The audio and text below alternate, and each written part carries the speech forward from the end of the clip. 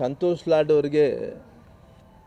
ಅವ್ರಿಗೆ ಏನೋ ಬಹುಶಃ ಮುಂಚೆಯನ್ನು ಜಾಸ್ತಿ ಮಾತಾಡ್ತಿದ್ರು, ಇತ್ತೀಚೆಗೆ ಮಾತಾಡೋದು ಕಲ್ತಾರ. ಇದೇ ಸರಿಗೆ ಮಾತಾಡೋದು ಕಲ್ತಿರೋದು. ಎಲ್ಲ ಭಾಷೆಯಲ್ಲಿ ಎಲ್ಲ ಮಾತಾಡ್ತಾರೆ ಅವರು.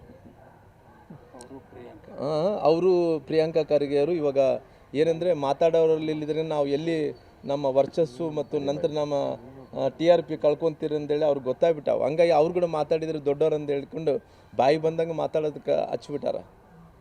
ಅವರು ಯಾರನ್ನ ಮಾತಾಡಿದರೆ ಪ್ರಧಾನಮಂತ್ರಿಗಳು ಮಾತಾಡ್ತಾರೆ, ಇವತ್ತು ಇದ್ದಂಥ ಸರ್ಕಾರಗಳ ಬಗ್ಗೆ ಮಾತಾಡ್ತಾರೆ.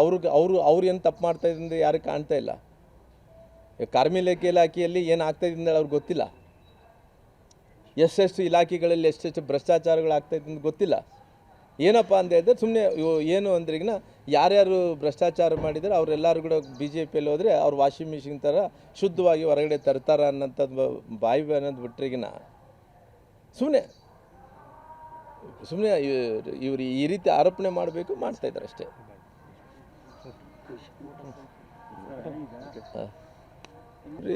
ಸಂತೋಷ್ ಲಾಡ್ ಅವ್ರಿಗೆ ಏನೋ ಬಹುಶಃ ಮುಂಚೆಯನ್ನು ಜಾಸ್ತಿ ಮಾತಾಡ್ತಿದ್ರು, ಇತ್ತೀಚೆಗೆ ಮಾತಾಡೋದು ಕಲ್ತಾರ. ಇದೇ ಸರಿಗೆ ಮಾತಾಡೋದು ಕಲ್ತಿರೋದು. ಎಲ್ಲ ಭಾಷೆಯಲ್ಲಿ ಎಲ್ಲ ಮಾತಾಡ್ತಾರೆ ಅವರು.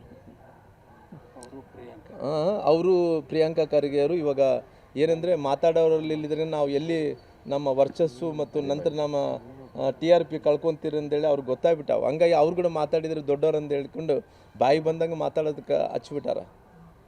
ಅವರು ಯಾರನ್ನ ಮಾತಾಡಿದರೆ ಪ್ರಧಾನಮಂತ್ರಿಗಳು ಮಾತಾಡ್ತಾರೆ, ಇವತ್ತು ಇದ್ದಂಥ ಸರ್ಕಾರಗಳ ಬಗ್ಗೆ ಮಾತಾಡ್ತಾರೆ. ಅವ್ರು ಏನು ತಪ್ಪು ಮಾಡ್ತಾಯಿದ್ರಿಂದ ಯಾರು ಕಾಣ್ತಾ ಇಲ್ಲ. ಕಾರ್ಮಿಕ ಇಲಾಖೆಯಲ್ಲಿ ಏನು ಆಗ್ತಾಯಿದೆ ಅಂತ ಅವ್ರಿಗೆ ಗೊತ್ತಿಲ್ಲ. ಎಷ್ಟೆಷ್ಟು ಇಲಾಖೆಗಳಲ್ಲಿ ಎಷ್ಟೆಷ್ಟು ಭ್ರಷ್ಟಾಚಾರಗಳು ಆಗ್ತಾಯಿದೆ ಅಂತ ಗೊತ್ತಿಲ್ಲ. ಏನಪ್ಪ ಅಂತ ಹೇಳಿದ್ರೆ ಸುಮ್ಮನೆ ಏನು ಅಂದ್ರೆ ಈಗ ಯಾರ್ಯಾರು ಭ್ರಷ್ಟಾಚಾರ ಮಾಡಿದರೆ ಅವರೆಲ್ಲರೂ ಕೂಡ BJPಯಲ್ಲಿ ಹೋದರೆ ಅವ್ರು ವಾಷಿಂಗ್ ಮಿಷಿನ್ ಥರ ಶುದ್ಧವಾಗಿ ಹೊರಗಡೆ ತರ್ತಾರ ಅನ್ನೋಂಥದ್ದು ಬಾಯಿ ಅನ್ನೋದು ಬಿಟ್ಟರೆಗಿನ ಸುಮ್ಮನೆ